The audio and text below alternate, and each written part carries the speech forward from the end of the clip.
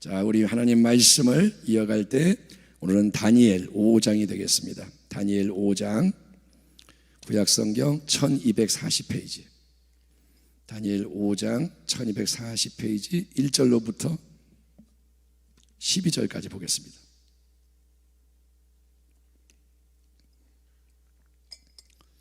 다니엘 5장 1절부터 12절까지입니다. 교독하겠습니다. 벨사살 왕이 그의 귀족 1000명을 위하여 큰 잔치를 베풀고 그 1000명 앞에서 술을 마시니라. 2절, 벨사살이 술을 마실 때 명하여 그의 부친 느부갓네살이 예루살렘 성전에서 탈취하여 온 금, 은 그릇을 가져오라고 명하였으니 이는 왕과 귀족들과 왕후들과 후궁들이 다 그것으로 마시려 함이었더라. 이에 예루살렘 하나님의 전 성소 중에서 탈취하여 온 금그릇을 가져오매 왕이 그 귀족들과 왕후들과 후궁들과 더불어 그것으로 마시더라. 그들이 술을 마시고는 그 금, 은, 구리, 쇠, 나무, 돌로 만든 신들을 찬양하니라. 그때 사람의 손가락들이 나타나서 왕궁 촛대 맞은편 석회벽에 글자를 쓰는데 왕이 그 글자 쓰는 손가락을 본지라. 이에 왕의 즐기던 얼굴빛이 변하고 그 생각이 번민하여 넓적다리 마디가 녹는 듯하고 그의 무릎이 서로 부딪힌지라. 왕이 크게 소리질러 술객과 갈대아 술사와 점쟁이를 불러오게 하고 바벨론의 지혜자들에게 말하되 누구를 막론하고 이 글자를 읽고 그 해석을 내게 보이면 자주색 옷을 입히고 금사슬을 그의 목에 걸어주리니 그를 나라의 셋째 통치자로 삼으리라 하니라. 그때 왕의 지혜자가 다 들어왔으나 능히 그 글자를 읽지 못하며 그 해석을 왕께 알려주지 못하는지라. 그러므로 벨사살 왕이 크게 번민하여 그의 얼굴빛이 변하였고 귀족들도 다 놀라니라. 왕비가 왕과 그 귀족들의 말로 말미암아 잔치하는 궁에 들어왔더니 이에 말하여 이르되 왕이여 만수무강하옵소서. 왕의 생각을 번민하게 하지 말며 얼굴빛을 변할 것도 아니니이다. 왕의 나라에 거룩한 신들의 영이 있는 사람이 있으니 곧 왕의 부친 때 있던 자로서 명철과 총명과 지혜가 신들의 지혜와 같은 자니이다. 왕의 부친 느부갓네살 왕이 그를 세워 박수와 술객과 갈대아 술사와 점쟁이의 어른을 삼으셨으니 왕이 벨드사살이라 이름하는 이 다니엘은 마음이 민첩하고 지식과 총명이 있어 능히 꿈을 해석하며 은밀한 말을 밝히며 의문을 풀 수 있었나이다. 이제 다니엘을 부르소서. 그리하시면 그가 그 해석을 알려드리리다 하니라. 아멘 합시다. 아멘. 자, 우리가 다니엘 1장부터 쭉 얘기를 살펴보고 있는데 이 5장에는 새로운 왕의 이름이 나옵니다. 본문에 등장하는 왕의 이름은 벨사살 왕. 벨사살 왕. 이 벨사살 왕은 많은 사람들이 오랫동안 실존하는 인물이 아니라 허구, 지어낸 사람이 아니냐 이런 의견을 가졌습니다. 이유는 뭐냐면 이 세상의 역사 속에는 기록이 남아있는데 벨사살 왕이라는 사람은 없는 거예요.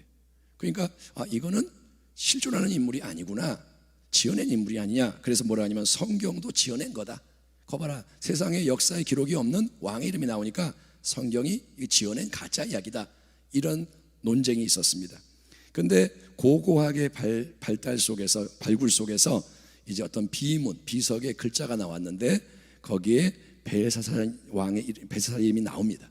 그래서 그는 오늘 본문에 나오는 이 사람은 누구냐? 바벨론 제국의 마지막 왕의 아들인 거예요.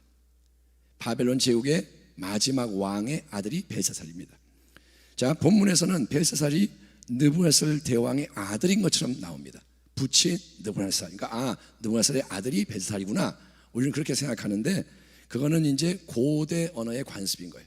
고대 언어는 아버지 윗대를 부친이라고 이렇게 쉽게 부르고 특별히 유명한 조상을 부친, 아버지라고 부르는 거예요. 그래서 이스라엘 백성이 우리의 아버지 아브라함 그러는 거예요. 예? 아브라함이 우리의 아버지야. 그 말이면 우리 조상이란 말이에요. 그래서 느부갓네살 왕이 워낙 유명한 왕이기 때문에 그 후손들은 우리의 아버지 느부갓네살 이렇게 부르는 겁니다. 바벨론 제국은 70년의 역사를 가졌습니다. 70년 존재하고 망하는 거예요. 이스라엘 백성이 바벨론으로 끌려가서 70년 포로 생활을 하잖아요. 이 바벨론 존재하는 기간 동안 포로가 되는 거예요. 그래서 느부갓네살 왕이 제일 강한 첫 번째 왕. 그가 47년을 통치합니다. 아주 강력한 권세로 정말 세상의 중심에서 그렇게 위대하게 높임받은 왕이 느부갓네살 왕이고, 그가 죽고 나서는 바벨론 제국이 막 흔들려요. 왕권이 막 교체가 되고 정변이 일어나고, 그래서 바벨론이 기우는데, 급속히 기우는데, 참고로 말씀드리면 7년 동안에 4명의 왕이 바뀝니다.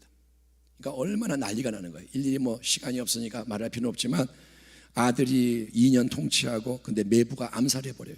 그래서 그 메부가 왕이 돼서 4년을 통치하는데 그 아들에게 물려주고, 그 다음에 또 누가 와서 뒤집고, 그래서 이 마지막 왕은 나부니두스 왕이고, 그가 한 16년 17년을 통치했고, 이 나부니두스 왕은 자기가 이제 느부갓네살 왕하고 연결이 안 되니까 그 딸을 왕으로 삼아서 나도 정통성이 있다, 그렇게 느부갓네살의 딸을 왕으로 삼고 아들을 낳게 됐는데, 이 아들이 누구냐? 벨사살인 거예요. 그래서 이 벨사살은 왕자지만 아버지 나부니두스가 이제 계속 외부에 나와서 전쟁을 해야 됐습니다. 침공이 오고 이걸 막으려고 막 전쟁을 수십 년, 10년 동안 하는데, 이 내부의 통치는 아들에게 맡긴 거예요. 네가 안을 잘 다스려라, 대리자로서. 그래서 오늘 본문은 이 벨사살이 왕이 아니고 둘째 권세의 자리에 있지만 그를 왕이라고 부르는 겁니다. 이 설명을 하는 이유는 이게 역사적으로 좀 설명이 돼야 하기 때문에. 자, 그래서 지금 상황은 뭐냐면, 진짜 왕인 아버지 나부니두스 왕이 막강한 대적, 지금 바벨론을 무너뜨리려고 하는 메데 바사 페르시아 제국과 전쟁을 하고 있는 거예요. 바벨론이 지금까지는 세상을 지배했지만 신흥 제국이 등장해서 바벨론을 계속 압박하고, 이거는 영토를 넓히는 전쟁이 아닙니다. 우리가 힘이 넘쳐서 더 정복하자, 이게 아니라 막아서기 위해서 방어 전쟁을 열심히 하고 있는데, 근데 아버지 대신에 내정을 맡은 이 아들 벨사살이 최고위층 왕족 대신 1000명을 모아놓고 지금 뭐 하느냐? 큰 잔치를 열고 향락을 즐기고 있는 것을 보게 됩니다. 왜 그럴까요? 이 벨사살이 정신이 나갔나요? 왜 그럴까요? 뭐 파티를 좋아할 수도 있겠고, 근데 여기에는 여러 이유가 있습니다. 그들에게는 믿음이 있어요. 바벨론 제국이 어떤 제국인데, 아무리 우리가 어려움을 당해도 바벨론 제국의 신들은 우리와 함께하고, 우리가 모든 나라를 정복했었고, 우리는 막강한 제국이고, 그래서 신들이 지켜줄 거고, 그 다음에 이 바벨론 성은 세상에서 무너지지 않는 성으로 불리는 난공불락의 성입니다. 그래서 이 성을 의지하는 거예요. 이걸 누가 뚫고 들어오겠느냐? 이건 아무도 못 뚫는다. 여기에 양식도 충분히 들어있고, 아무리 공격을 해도 우리는 끄떡없다. 그리고 벨사살 왕은, 벨사살은 어떻게 하느냐? 현실적인 이유에서, 정치적인 이유에서 파티를 열었습니다. 왜냐? 우리 왕국은 건재해, 아무 문제가 없어. 우리 왕국은 뭐 침공을 하건 우리는 두려워할 필요가 없어. 그래서 전쟁으로 불안해하는 백성의 마음을 안심시키기 위해서 대대적인 1000명을 모아놓은 이벤트와 같은 축제를 벌이고 지금 술을 마시고 있는 겁니다. 잔치를 한참 이렇게 하고 있는데, 이제 왕이 그 신전 또는 왕궁 곳간에 보관하고 있던 전리품들, 전쟁에서 이겨서 가져온 물건들 중에서 왕이 뭐라냐? 특별히 예루살렘 성전에서 탈취해온 금, 은, 그릇, 그것을 가져와라. 거기다 술 좀 마셔봐야겠다, 그러는 거예요. 지금 술을 신나게 마시고 있다가 뭐라냐? 여봐라, 가서 저 예루살렘 성전에서 가져온 그 금그릇, 은그릇 있잖아, 다 가져와 봐라. 우리 거기다 술 좀 따라 마시자. 이거는 뭐냐? 그들이 바벨론의 힘을 자랑하기 위해서 세상 향락을 즐기면서 이제 신성한 하나님의 집궤에다가 술을 따라서 마십니다. 그리고 술이 막 들어가서 취하니까 이제 금, 은, 나무, 쇠 이런 걸로 만든 우상들을 그들이 믿잖아요. 찬양하기 시작한 거예요. 여러분, 성스러운 집궤에 술을 따르고 마시는 것도 신성모독인데, 이제 그걸 뭐냐? 건배. 그러면서 뭐라냐? 우리의 신을 찬양하자. 만약에 여러분, 우리가 성찬을 하는 집기가 있는데 그걸 나쁜 사람들이 가져가서 그걸로 사탄을 숭배하는 예식을 한다, 그게 말이 되겠습니까? 그러니까 지금 막 나가는 거예요. 악의 연쇄 작용을 우리가 봅니다. 처음에 술을 마셔요. 그러니까 우리 그런 말 있잖아요. 사람이 처음에는 술을 먹고 그 다음에 뭐래요? 술이 술을 먹고 그 다음에 술이 사람을 먹는다, 그런 소리가 있습니다. 그러니까 처음에는 사람이 술을 한 잔 마시자, 근데 먹다 보면 술이 막 들어가요. 술이 술을 먹어. 그 다음에는 술이 사람을 먹어서 완전히 없애버리는 거예요. 그러니까 절제가 안 되는 거예요. 술 취하면 어떻게 될까요? 여러분 가끔 가다 보면 술 취해서 막 그냥 뭐 널브러져 있고 소리 지르고, 평소에는 그런 분들이 그렇게 안 합니다. 근데 술이 들어가면 부정적인 거, 파괴적인 게 막 나오는 거예요. 평소에는 절대 안 할 일을, 그런 죄를 짓게 된다는 거예요. 그래서 성경이 뭐냐? 술 취하지 마라. 아멘. 뭐 술을 마셔도 되나요? 안 마시면 안 되나요? 이런 논쟁이 있는데 여러분, 술을 가까이 하지 마십시오. 아멘. 그렇게 하는 게 안전한 거예요. 자, 이 벨사살 왕이 궁금한 거는 왜 하필 예루살렘 성전에서 탈취해온 그릇을 가져오라 그랬는가? 거기 뭐 다른 그릇도 있을 텐데 왜 하필 예루살렘 성전에서 가져온 그릇을 가지고 술을 마시겠다 그랬는가? 거기에는 깊은 이유가 있습니다. 자, 우리는 느부갓네살 대왕의 이야기를 알잖아요. 그 대왕이 진짜 대단한 사람이에요. 아무에게도 굴복 안 하고 정말 천하를 호령했던 왕인데, 그 느부갓네살 대왕이 유일하게 두려워했던 하나님이 유다 백성의 하나님인 거예요. 이스라엘의 다니엘의 하나님을 찬양해라. 왕이 그런 말도 하고 무릎을 꿇기도 하고 통치마에게는 조서를 내렸잖아요. 다 이스라엘의 하나님을 찬양해라. 근데 느부갓네살이 죽은 지 20년이 넘었지만 그 모든 거는 기억되고 있는 거예요. 그 위대한 왕이 그렇게 한 게 기억이 돼요. 그래서 이 술을 마시고 취기가 오른 벨사살이 어떤 오기를 부리느냐? 오만방자하게 나는 느부갓네살 대왕이 못한 거 해볼 거야. 느부갓네살 대왕은 뭐 이스라엘 하나님 벌벌 겼지, 나는 그 대왕보다 더 위대한 존재야. 술 취하니까 객기를 부려요. 그래서 그 가져와봐. 그 포로들 끌고 올 때 가져온 그 물건 가져와봐. 겁을 내지 않고 자기는 그렇게 하겠다 이거예요. 그래서 거기다가 술을 따라서, 그 거룩한 그릇에 술을 따라서 먹으면서 세상 만족을 추구하는 건 물론 이제 그걸로 우상을 높이는 거예요. 우리 우상을 위해 건배하자, 막 찬양하고. 여러분, 사악한 신성모독을 자기가 혼자 하는 것도 큰 죄지만 이 느부갓네살 벨사살이 온 거기 있는 1000명의 귀족들과 왕족들 다 따라하게 만든 거예요. 그래서 리더의 역할이 중요하다. 아멘. 그 사람이 하니까 다 하는 거예요. 왕이 시키니까. 우리는 벨사살 왕처럼 신성모독은 하지 않겠죠. 우리가 우상에게 막 건배하고 그러지는 않겠죠. 당연히 우상에게 절하지 않겠죠. 그런데 우리가 부지 중에 하나님을 모독하는 것은 무엇인가? 그 부분을 한번 생각해 보면 좋겠습니다. 우리가 하나님을 섬긴다고 하지만 우리 역시 하나님을 부지 중에 모독하는 게 무엇일까? 중세시대에 면죄부를 팔았습니다. 그래서 종교개혁이 일어났잖아요. 면죄부는 뭐냐? 돈 내면 죄 용서해 준다. 돈 내면 죽은 사람도 지옥에서 천국 간다. 그러니까 그게 뭐냐? 신성모독이에요.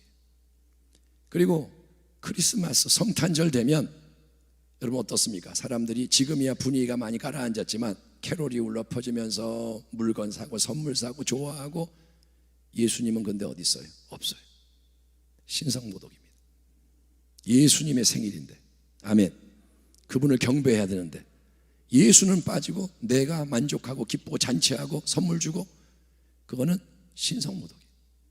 그리고 신성모독이 또 뭘까요? 우리가 하나님의 이름을 망령되게 부를 수 있는 거예요. 하나님 건방지게 내가 하나님을 생각하다면서 하나님 막 빙자하고 하나님의 이름으로 뭐 이렇게 한다 그러고, 그게 다 어찌 보면 신성모독이다. 그래서 하나님을 영화롭게 하지 못하고 그분을 훼손하는 그런 게 무엇일까? 주님 마음을 아프게 하는 죄 짓는 게 신성모독이죠. 그래서 우리가 그런 부분을 한번 돌아보면 좋겠습니다. 자, 잔치는 지금 그게 다라는 거예요. 와, 이제 뭐 왕이 객기를 부리니까 막 분위기가 업돼가지고 우상을 찬양하고 술 마시고 취해서 그냥 막 광란의 파티가 벌어지는데, 그때 여러분 갑자기 이제 어떤 일이 일어나냐? 사람의 손가락들이 나타나서 왕궁의 촛대가 이렇게 있는 맞은편 석회벽, 왕궁의 촛대가 불을 조명처럼 밝혀주는 석회벽. 벨사살 왕은 촛대 쪽에 앉아 있고 반대를 딱 보는 이 석회벽 쪽에 갑자기 손가락이 탁 나타나서 글자를 쓰기 시작합니다. 촛불이 환히 비치는 밝은 벽인데 거기에 손가락이 글자를 쓰기 시작하는 거예요. 잘 보이는 거예요. 고대 근동 왕국에서 이 석회벽에는 뭐가 써 있느냐? 인간 왕들의 업적, 인간 왕들의 역사, 이런 것을 그림, 상형 문자로 새깁니다. 왕들을 높이기 위해서, 자기를 자랑하기 위해서. 그런데 그 석회벽에 세상의 자랑이 가득 써 있는 그 벽에 그 모든 것 위에 하나님이 이제 새로운 글자를 쓰시는 거예요. 아멘. 아멘. 예, 인간이 써놓은 것 위에 하나님이 새로운 글씨를 쓰는 거예요. 그것은 감춰져 있는 영원한 진리이고 그 진리를 우리가 알아야 하는 거예요. 아멘. 하나님이 계시는 걸 믿으시기 바랍니다. 우리가 살아가는 게 전부가 아니라는 거예요. 우리가 쓰는 글자가 다가 아니라는 거예요. 우리가 하는 말이 다가 아니라는 거예요. 우리가 보는 게 다가 아니라는 거예요. 영원하신 분이 계시고, 아멘. 그분이 자기를 나타내시는 거예요. 근데 이 장면은 상상이 좀 안 가요. 만약에 천사가 나타나서 글을 썼다 그러면 천사를 생각할 수가 있는데, 사람의 손가락이 나타나서 글을 쓴다 그러면 손가락이 얼마나 손가락일까? 이런 우리의 똑같은 손가락일까? 더 큰 손일까? 모양이 어떨까? 어디까지 있는 걸까? 손가락만 있나? 그러니까 이게 글자를 쓰는 거는 아무리 생각해도 오싹하잖아요. 정말 기괴한 거예요. 천사가 쓰면 뭐 사람이 보이니까 천사가 왔다 이러는데, 손가락이 와서 막 푹 쓰니까 이거는 상상하기도 어려운 정말 오싹한 두려운 광경이에요. 이거를 왕이 술 먹고 막 그러다가 탁 봤는데 이걸 본 거예요. 그러니까 얼굴빛이 확 바뀌면서 술이 확 깼고 갑자기 두려움이 밀려오고 난리가 났겠죠. 넓적다리 마디가 녹는 듯하고, 표현에 의하면 무릎이 서로 부딪혀 덜덜덜덜 후덜덜덜 떨리는 거예요. 왕이 사시나무 떨도 벌벌벌 떨기 시작하는 거예요. 왕뿐 아니라 그 자리에 있던 모든 사람이 다 그랬겠죠. 왕이 그러니까 뭔데요? 다 그냥 벌벌벌벌 떨어요. 흥액이 없던 광란의 잔치, 세상 술, 자기의 객기 이런 게 넘쳐나던 그 자리가 한순간에 끝장나는 거예요. 완전히 파티 망친 거예요. 이제 두려움의 공포의 도가니가 되어버렸어요. 왕은 다급하게 큰 소리로 술계, 갈대아, 술사, 점쟁이, 바벨론이 자랑하는 지혜자들을 다 또 부릅니다. 어려울 때마다 지혜자들 부르는 거예요. 이 의문의 글, 이 써있는 벽의 글, 저 글을 해석하는 사람, 읽고 해석하는 사람에게는 왕이 말합니다. 자주색 옷을 입힐 거고 금사슬을 목에 걸어줄 것이다. 이거는 왕이나 그의 버금가는 고귀한 자만이 착용할 수 있는 귀한 옷과 장신구를 말합니다. 그러니까 높여주겠다 그 말이고, 뭐라 하냐? 나라의 셋째 통치자 자리를 주겠다. 왜 셋째인지는 알겠죠? 왕은 아버지가 따로 있고 자기가 두 번째 위치고, 그래서 자기 바로 밑에 국무총리 그 자리 주겠다는 거예요. 그래서 셋째 왕인 거예요.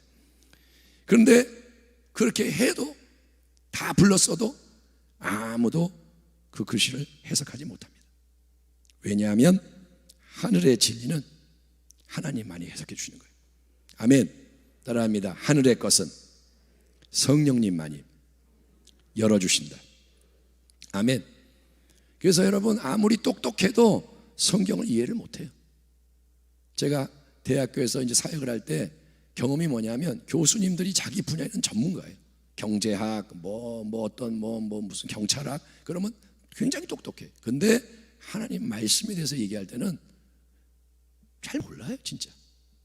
우리 성도님들이 아는 그런 걸 다 몰라요. 그러니까 이상한 말을 하는 거예요. 그게 뭐냐? 영적인 것은 영적인 것을 분별한다. 정말 어떤 시골의 권사님, 평생 기도하고, 그런 권사님은 글자도 모르는데 성경 눈 뜨여서 글자를 읽게 되고, 그리고 그런 분들은 한마디 툭툭 하는데 깊은 진리를 말해요. 하나님을 아는 거예요. 아멘. 화려한 말로 하지 않아도 한마디 해도 깊은 하나님의 마음에 있는 진리를 말할 수 있는 자, 그게 하나님의 역사인 줄 믿습니다. 그러니까 하나님의 손가락이 쓴 글을, 그거를 인간이 해석을 못해. 아무리 날고겨도 못해. 그때 누가 나타나느냐? 왕비가 잔치자리에서 일어난 이상한 일에 대한 소리를 듣고 그 현장으로 달려왔다고 되어 있습니다. 누군가가 들어오는 거예요. 왕비. 이 왕비는 처음부터 그 자리에 있지 않았습니다. 처음에는 없었어요. 이 왕비는 누굴까? 벨사살 왕의 아내는 아닐 겁니다. 아마도 누구냐? 벨사살 왕의 어머니, 느부갓네살 왕 대왕의 딸. 그래서 이 왕후는 거기 있는 1000명과 섞이지 않았어요. 그 1000명의 거기 함께 있던 사람들과 다른 마음과 생각을 가진 여인이었던 걸로 보입니다. 그래서 왕따를 당했는지 일부러 그 자리를 피했는지 어쨌든 그 왕후는 처음에는 없었는데 되어지는 일의 소리를 듣고 난리가 났습니다. 그 말을 듣고 그녀가 들어옵니다. 그리고 어머니인 왕비는 왕에게 말합니다. 왕의 생각을 번민하게 하지 말고 얼굴빛도 변하지 말고 다 이루고 진정하세요. 괜찮아요. 그리고 어떻게 하느냐? 다니엘의 존재를 이제 상기시켜 주는 거예요. 오늘 본문 11절 12절 왕의 나라에 거룩한 신들의 영이 있는 사람이 있으니 곧 왕의 부친 때에 있던 자로서 명철과 총명과 지혜가 신들의 지혜와 같은 자니이다. 왕의 부친 느부갓네살 왕이 그를 세워 박수와 술객과 갈대아 술사와 점쟁이 어른으로 삼으셨으니 왕이 벨드사살이라 이름하는 이 다니엘은 마음이 민첩하고 지식과 총명이 있어 능히 꿈을 해석하며 은밀한 말을 밝히며 의문을 풀 수 있었나이다. 이제 다니엘을 부르소서. 그리하시면 그가 그 해석을 알려드리리다 하니라. 아멘. 아멘. 느부갓네살 대왕이 사망한 다음에 많은 변동이 있었잖아요. 왕이 7번, 왕이 막 4번 바뀌고 그 20년 정도의 기간 동안 다니엘은 어떻게 됐었느냐? 다니엘은 중심의 그 권력의 중심에 있었던 게 아니라 밀려났어요. 관직을 아예 떠나서 조용하게 혼자 살았는지 아니면 관직에 있었지만 저 변두리로 밀려서 이름이 잊혀졌는지 어쨌든 다니엘은 잊혀져 있었습니다. 아무도 생각하지 않고 거들떠보지 않는 자리에 있었어요. 왕들이 4번 바뀌면서 이전에 인재들을 막 일부러 배척했을 것이고 그런데 다시 다니엘이 불려오는 거예요. 왕 앞으로 권력의 중심으로 세상의 무대의 중심으로. 왜냐? 하나님이 부르시는 거예요. 아멘. 이때 다니엘의 나이는 몇 살인 줄 아세요? 80세.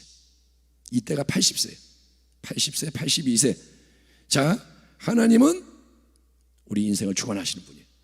그래서 하나님은 여러분 사람을 이동시켜요. 여기에서 저기로, 저기에서 이쪽으로 하나님이 움직이시는 거예요. 아멘. 그래서 중요한 거는 다니엘의 이 모습을 보면 우리가 하나님이 언제 우리를 어떻게 쓰실지 모른다 이거예요. 하나님이 인생의 생명을 주셔서 살아가는 날 동안 하나님이 언제 우리를 어떻게 쓰실지를 모르기 때문에 인생의 끝까지 우리는 깨어 있어야 돼요. 인생의 끝까지 열려 있어야 돼요. 예, 세상의 방식으로 자기를 규정하지 말라는 거예요. 내가 나이가 이제 60이니까 이제 나는 이거밖에 못하고 그런 게 아니라는 거예요. 우리는 항상 하나님 앞에 있고 하나님과 연합하고 있고. 아멘. 그래서 죽을 때까지 마지막까지 하나님 일에 헌신을 하는 겁니다. 아멘. 이 자리에 권사님들 계시고 오늘 온라인 예배 권사님들 계신다면 권사님들 끝까지 하나님하고 같이 가는 거예요. 아멘. 그런 말을 들어요. 과거에 나는 많이 했는데 이제는 나이도 먹고 힘도 없고 그래서 나는 이제 물러나서 아무것도 못하고. 아니요. 마지막 가장 큰 사명이 뭔지 아세요? 중보기도. 아멘. 호흡이 끊어지는 순간까지 중보기도를 하는 거예요. 십자가에서 예수님이 기도하시잖아요. 그러니까 우리의 삶은 하나님 앞에서의 삶이고 하나님은 언제 어떤 일을 행하실지 몰라요. 아멘. 하나님을 높입시다. 아멘. 인생은 내 것이 아닙니다. 하나님이 우리를 사용하시는 거예요. 다니엘은 20년 동안 한직에 있었어요. 근데 그 기간 내일 살펴보겠지만 허송세월하지 않아요. 항상 기도하고 하나님 바라보고. 아멘. 그래서 여러분 어떤 상황이 오더라도 하나님과 동행하고. 아멘. 그것은 여정입니다. 때로는 높은 데도 올라가고 낮은 데도 내려가고 절대로 하나님을 놓치지 말고 끝까지 믿음의 길, 사명의 길, 승리의 길을 걸어가는 우리 주의 백성 되기를 축원합니다.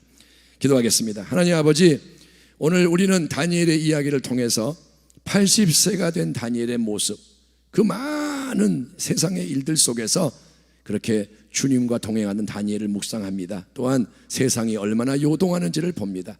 하나님, 객기를 부리는 왕도 있고 그 위에 하나님이 계시고 하나님 경외하는 자를 하나님 바라보고 계시고 모든 인생이 하나님 아래에 있사오니 우리는 어떤 인생이 되어야 할지, 우리 교회는 어떤 교회가 되어야 할지, 대한민국은 어떤 나라가 되어야 할지, 우리가 이 시대에 하나님을 경외하며 성경이 제시하는 진리의 길을 걸어갈 수 있게 하여 주시옵소서.